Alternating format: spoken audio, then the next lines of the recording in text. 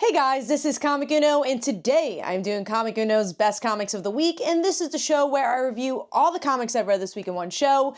And before we get started, I actually have a comic book anthology coming out right now where we're taking open submissions for a horror witch anthology. We've done plenty of other anthologies in the past, Transphoria, By Visibility. We also have a Ringo nomination for Hairology. So something we really want to do with this one is to do an angle we haven't touched upon, which is more leaning towards heavy horror, and also have an opportunity for veteran creators and newcomers or, creators that have been in only different spaces to come together and create an anthology together. So we already have veterans on board that we'll announce as the series goes on, but this is the opportunity for the open submissions to be out there. So if you wanted to make a comic book in the past, and this is a perfect opportunity, because if you get picked, it's a paid opportunity as well, and it's a great way to be part of the comic community. So we're really excited about it. But let's jump into this week's comics. There was 22 comic books this week. Also, I should mention at the end of the video, we do the viewer's pick of the week. So in the comments below, let me know your pick of the week for a chance to be featured. And yeah, I'm curious about this one because, again, there's just so many books that came out. When I went to the store, obviously, there was more people there than normal because of the Batman Hush stuff, which obviously we'll talk about. That's the topic of the video. And also just that there were so many comics out this week. It's just like any size haul people usually had, it just was double what it normally was. For me, I usually have like 12 to 13 books, and this week it was 22. I know my friend Mike Spider Slayer at Comic Book Corner 2.0 has like over 30 books. It's like a crazy week, and I told everybody in my life, don't talk to me today. I'm just gonna read my comic book. So that's exactly what I did. So let's jump in. Number 22 is, I can't believe it's this low on a week that has 22 books. This still is my last pick, and that is The Amazing Spider-Man issue 70. It's the end of this arc, and I have not liked this arc. I don't feel like Spider-Man being a juggernaut actually had anything to do with the story and did anything for Spider-Man's character. I felt like the theme of him being down in the dumps and not feeling like a hero felt very repetitive, the things we've had in the past without any real emotional pull. Him getting together again with his girlfriend that honestly is pretty bland was not really great for an ending, and it just left a lot of lacklusterness to get into this next volume, which does have the same writer on it. It just didn't do anything for me. The only thing I could really find a compliment for is the art. I think the art was very strong, but I just do not like this story. So giving that 1.5 stars, and that is number 22. Moving on to number 21, which is Justice League Unlimited issue 5. This one's a tough one because the art is good. I like Dan Mora's art. I do think the coloring is a little darker than it needs to be. And I feel like there's an interesting story here. I like the idea of all these characters you normally don't get to see as leads be in this series. But the thing that I think the cartoon did better than this book is that they gave time to breathe to certain characters. Like, there were episodes that was just Huntress in question.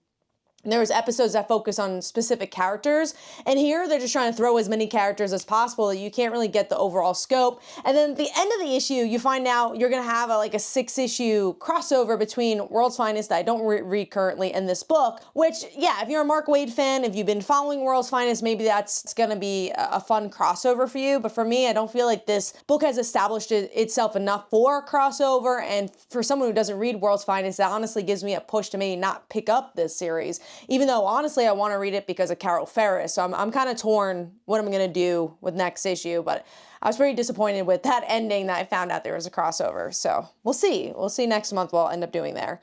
Moving on to number 20. Which is Ultimate Wolverine issue 3. This is definitely personal preference. I don't love the quietness of this book, and I don't love the old school Wolverine feel. That's just a personal preference, but I think if you like Wolverine, especially his more origins of the character, you're gonna like this book. I didn't love Kitty in this issue, and that was kind of what I was waiting to see. Kitty being with Gambit, and then finding out that she had a relationship with Wolverine. As a Kitty fan, that feels just very strange to me. They always had a father-daughter relationship, and obviously it's an Elseworld. You can kind of do whatever you want, but I just don't really have that much interest in reading that. So this is, for me, gonna be the last issue I read for Ultimate Wolverine, but that's, again, more personal preference than anything. Moving on to number 19, and that is a new series. We're taken everyone down with us. It's a new Matthew Rosenberg book. I wanted to like this more than I did. I like the idea and the concept of this girl who has this like kind of evil science dad, and you're like, oh, well, is he evil? Is he not? And not really having a childhood outside of that. And there's like robots involved in this too. There's an interesting concept, but for me, I just couldn't get into any of the characters. I didn't feel gravitated to the story, especially in a week where there's just so much competition. It just didn't really stand out for me. But I thought the artwork was very unique, and I thought the coloring stood out, but just story itself wasn't for me. So giving that 2.5 stars, and that is number 19. Moving on to number 18, which is X-Manhunt Omega issue 1. I think if you're a Krakoa fan, you should pick it up. It ends a lot of story threads that were from that era. As someone who's not a Krakoa fan, I didn't quite care about that as much. And the ending is something we've seen before. It's Professor Xavier saying goodbye. We've seen it so many times. So I don't feel like this is a necessary pickup, but it really depends on what type of X-Men fan you are. Like I said, big Krakoa fan, pick it up. There's a lot of loose ends that kind of get tied together. But as someone who's just currently reading the X-Men stuff, I feel like it just stops all the stories that have been going on to tell this story that I don't think organically should have been here. So giving that 2.5 stars, and that is number 18. Moving on to number 17, thought this would be higher, and that's Peacemaker presents the Vigilante Eagly double feature. This is James Gunn and Tim Seeley teaming up together. I believe there's another writer too, Rex Ogle, doing the Eagly side, and they're, telling the Peacemaker storyline. I like Peacemaker. I actually love the television show, have missed the show, but it's also been a few years since it's been out, so there's parts that feel a little fuzzy to me. And then to tell the story of the Bird and the Vigilante, those aren't really characters I particularly needed to see continued. The Bird doesn't talk, so there's not much there. I mean, there's like some fun personality, but that's not really a story I need. And then Vigilante, I honestly felt like he was the weakest link of that first season. So I'd rather have those agents talked about. Obviously, I want to see Peacemaker, but it seems like they're trying to save those for the actual show. I also don't feel like Mitch Gerald's artwork really fit for that first story, especially the coloring. It just felt very washed out. And I usually like Mitch Gerald's artwork, but it just didn't work for me this one.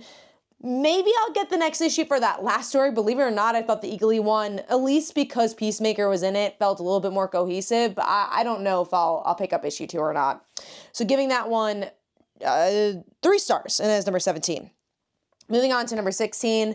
Wonder Woman issue 19. I feel so torn on this book because the artwork is gorgeous. I like a lot of elements of it. I want to learn more about Trinity. I love seeing the Wonder Girls, but it's just so messy. The timelines are all over the place. It also almost feels like nothing's happening. It is classic Tom King when it comes to ongoings, which either you like or you don't. I personally like Tom King more when it comes to miniseries and more condensed storylines, and I feel like this book has kind of lost its way a little bit since the beginning. We'll see. I'm still going to stick with it for a little while, but it's losing its way for me. So giving that 3 stars, and that is number 16. Moving on to number 15, which is Your Friendly Neighborhood Spider-Man issue 4. This is like a filler issue of a filler book. Like, I like the book because I like the television show, but this is just them going up against Silverback, who, obviously is a fun Spider-Man villain, but he's not a very well-known Spider-Man villain. He's not in the show. I liked having Nico here and her knowing about Spider-Man, but also if you watch the show, it kind of felt missing that Harry wasn't here, but maybe they're trying not to spoil things. I like the art. I like the, cliffhanger that we all expect of like, is Spider-Man gonna die? Like, it's fun. It's a fun series, but I don't think this is the best issue of this series. So I'm gonna give that 3 stars, and that is number 14. Moving on to number 14, which is Power Rangers Prime issue 5. This was a very VR Trooper heavy issue. I know nothing about the VR Troopers. I just know they exist and they're like in the same realm as Power Rangers, but past that, I've never seen an episode, don't know much about it. So that part of the issue I didn't connect to as much. I probably will still pick up VR Troopers issue when it comes out just to give it a shot. But this was more of like a soft launch to that series. The stuff I liked was the Power Rangers element. I like learning about these characters and seeing them form as a team and in the twists and turns of that. It's just that so happened to be more towards the end of the issue, and the VR Troopers tend to be most of the issues. So giving that one 3 stars, still a lot of fun time, but depends what type of Power Rangers fan you are, if you're going to enjoy that or not. So moving on to number 13, which is Powerpuff Girls issue 9. It's just a fun book. This is the Battle of the Bands, and we get to see the girls teaming up with different villains. It actually being a battle, of course, because you have to do that. So it's just a fun concept. I like Powerpuff Girls because it's a palate cleanser. You have like big weeks like this, and you're like, okay, this is like an easy read to kind of start the haul by, and it's always reliable in that way. So giving that 3 stars, and that is number 13.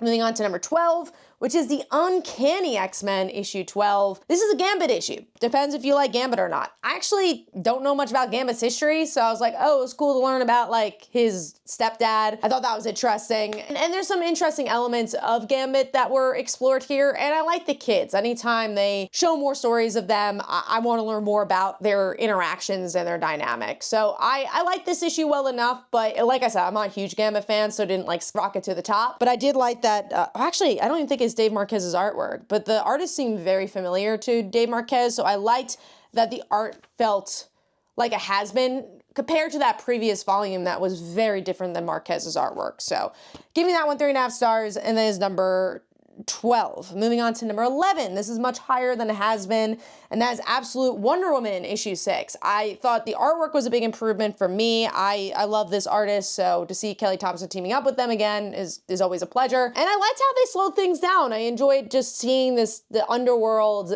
tackle Wonder Woman and her weapons. The middle slowed down a little bit with the Pegasus aspect. I'm sure a lot of people who love the mythos of Wonder Woman and this new creature enjoyed that aspect. But then it picked up again with Cersei being captured, because the whole issue is about the villain talking to Wonder Woman about like, oh, you're like your mother, and then like he kidnaps her mother. So I thought that was a cool cliffhanger to kind of get to this new chapter of Absolute Wonder Woman, and it's gearing my interest again. So giving that 3.5 stars, and that is number 11. Moving on to number 10, which is Absolute Martian Manhunter issue 1. I am interested to see where this is going to go, because it's very different than any other Martian Manhunter book, and that's kind of what I liked about this book. All the other Absolutes have a feeling of that character. This means alien in a very different way. It's not John Jones from Mars. It's this normal guy who got in this accident and can't go near fire, and there's like this weird thing going on in his brain. And what I liked about this issue is the fleshing out of the character, where you get to see his relationship with his wife, his relationship with his kid, his work, all while, again, the more tipsy-turvy things are going on in his head. And again, the fire element, which is so important as a weakness to Martian Manhunter being involved, and seeing the Martian identity as well, but kind of meaning more of his distance towards everybody than anything else. So I'm curious by it. I think it really could go any direction. Like if it gets a little bit more topsy-turvy, I don't know how much I will like it, but if it leans into both the topsy-turvy and this character work, I think it could be a really out there book in a good way. It just can stand out from the other Absolute titles and other Martian Manhunter titles. So giving that 3.5 stars, and that is number 10. Moving on to number 9, and that is the Incredible Hulk issue 23. I like that she's going back to the roots. It's just monsters being monsters, them feeling like they're monsters, and like cool creature changing art. I like it. Again, it just feels very classic to me. I don't think it's like blow your mind crazy. There's nothing that's big that happens here, but sometimes you just want to see the monster horror storyline. So giving that 3.5 stars, and that is number 9. Moving on to number 8, which is Green Lantern issue 21. Honestly, this would have been higher if it just was, the art was a bit stronger. I like the other artists a bit more. This feels a lot darker. And I think the beginning takes a little while to get into gear. It's more about, explaining what's going on with the lanterns and everything. But once you get Carol and Hal fighting together, I love that part. And just once she understands what's going on, the audience gets to understand, okay, this is straightforward, what's going on right now. And then you have the villain show up, Hector. He's a classic DC villain, so I like that twist. I love when they ground the book. I enjoy the space stuff, but I like when you get the space stuff and the human element. I think this issue did a better job at that, all while bringing Carol in and making her an important hero as well. And I love Carol Ferris, so that's always an added plus. So giving that 3.5 stars, and that is number 8. Moving on to number 7, which is Feral, issue 11. And you know what's interesting? If you look at the back, you might have an interesting familiar face. My quote's on there, so I thought that was cool. But the issue itself, yeah, I liked it. Enjoyed Patch's coming back and them trying to figure out, like, is it Patch, is it not? And I thought that was the strongest element of this issue. I do think this is more of a point A to point B because they were at the house. Now that you have that action and they're getting to this like Petco place, which I'm very excited for because I think the ambiance could be really interesting for the zombie story. But yeah, it's mostly getting the group together to get to that point. But I thought the Patch's moment was the strongest of the issue, all while the art always being amazing and just some good horror action. So giving that 4 stars, and that is number 7. Moving on to number 6, which is Ultimate Spider-Man issue 15. I thought this was a solid issue, but after the last issue, I was expecting a little bit more, especially with the Harry stuff. I'm like, well, you know, you kind of have this cliffhanger with Harry, what happened to him, and they're stalling a little bit, obviously, because it's gonna be a big reveal, whatever happened, especially how Gwen reacts to it. But I like seeing the family together. I enjoyed seeing Peter and his son working together with this Venom symbiote in the middle. I also enjoyed Ben dealing with his own stuff with Kingpin and the newspaper. So, you know, I think there's a lot of good character moments here, even if it was a little bit of a slower issue, but you still have Sandman, you still have some good Mary Jane and Peter moments. So I like the issue, but I expected like a tiny bit more from it. So I'm gonna give that 4 stars, and that is number 6. Moving on to number 5, the topic of the video. Batman Hush issue 158. Stopping the main Batman series to tell a Hush story, which normally I would say that would happen in its own series, but they're putting in the flagship. I liked it. I'll say my past of Batman Hush is that I like the story, but it's not like a fan favorite for me, even though it's a fan favorite for a lot of people. And I like Jim Lee's art. You know, he's a classic artist. I really like Jeph Loeb's writing. I've honestly especially liked his Marvel writing with some of the Ultimate stuff that I've read. So like you know, it's a great creative team.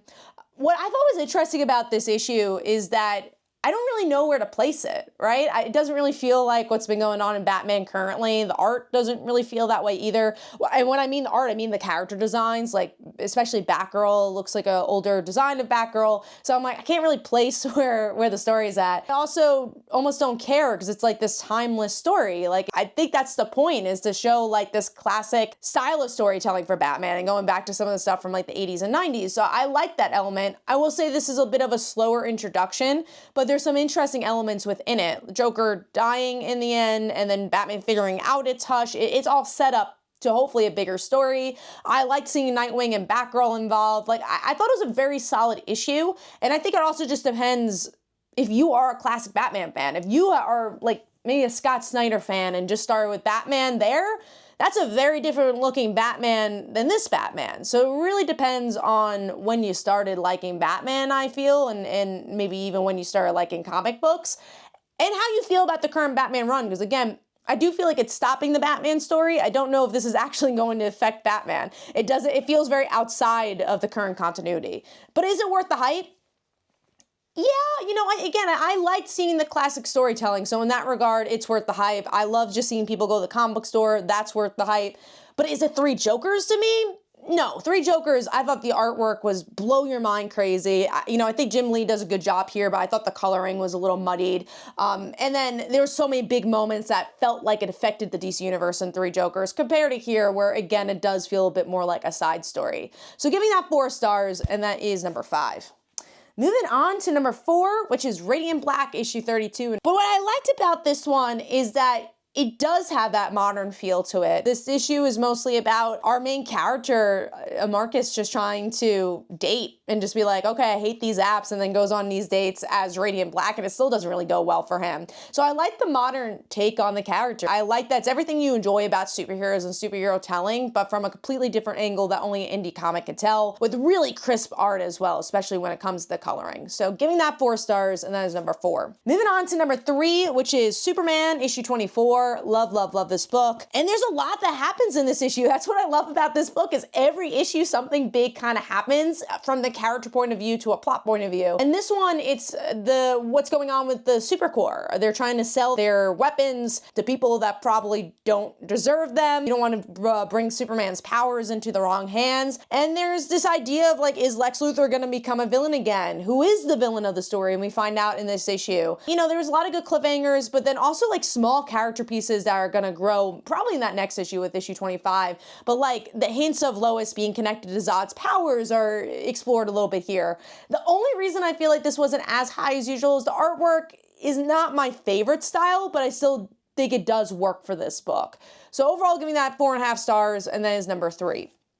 Moving on to number 2, The Seasons, issue 3. I really like this book because of the emotion in this one. And little nuances in the art to show those emotions and to show like the fun and whimsical side of the story and the more emotional side of the story, where this girl is just trying to survive and try to figure out what's going on with this carnival while her sister doesn't believe her. And there's a really interesting interaction between her and her sister and where her relationship goes with her. I enjoyed that aspect a lot. I'm interested in the mystery. I want to know what this carnival is all about. How are all the sisters involved? How their parents might be involved as previous detectives. I just thought this was a really good emotional issue on par with the artwork, just really feeding into that emotional story. So giving that one 4.5 stars, and that is number 2. Moving on to number 1, I really was pleasantly surprised by this book, and that is Black Canary, Best of the Best, issue 5. This does a really good job at intersecting the fight with the emotion. And this is what I mean, that Tom King's at his best with condensed miniseries like this, because you get that emotion, you take your time with it, and it doesn't really feel repetitive because it is being told in such a succinct way. This issue in particular, I like the fight because you're like, who's gonna win? And you just like seeing them try to kill each other, and the action's really cool. But then you get that emotional story between Dinah and her mom, and where the relationship started, especially as a superhero, to where it ends with her mom having cancer. And Black Canary, in the end, her mom seems to die, and she's like, I'm gonna save you. And you're like, is that possible? Is that gonna happen with the fight? There's a lot of great emotion here. There's a lot of good plot progression, all while using that action to progress the story as well, because it's part of the mystery. I really enjoyed this series. I think it's one of the best from Tom King and from Black Canary. Go read it. 4.5 stars for me. Let me know in the comments below what your favorite book was. Again, it was a heavy week, so I'm sure there's a lot to pick from. Last week's viewer pick of the week was You Never Heard From Me, and here are some comments about that. Hopefully you guys enjoyed. This is Comic Uno, and I'll see you guys in the next one. Bye.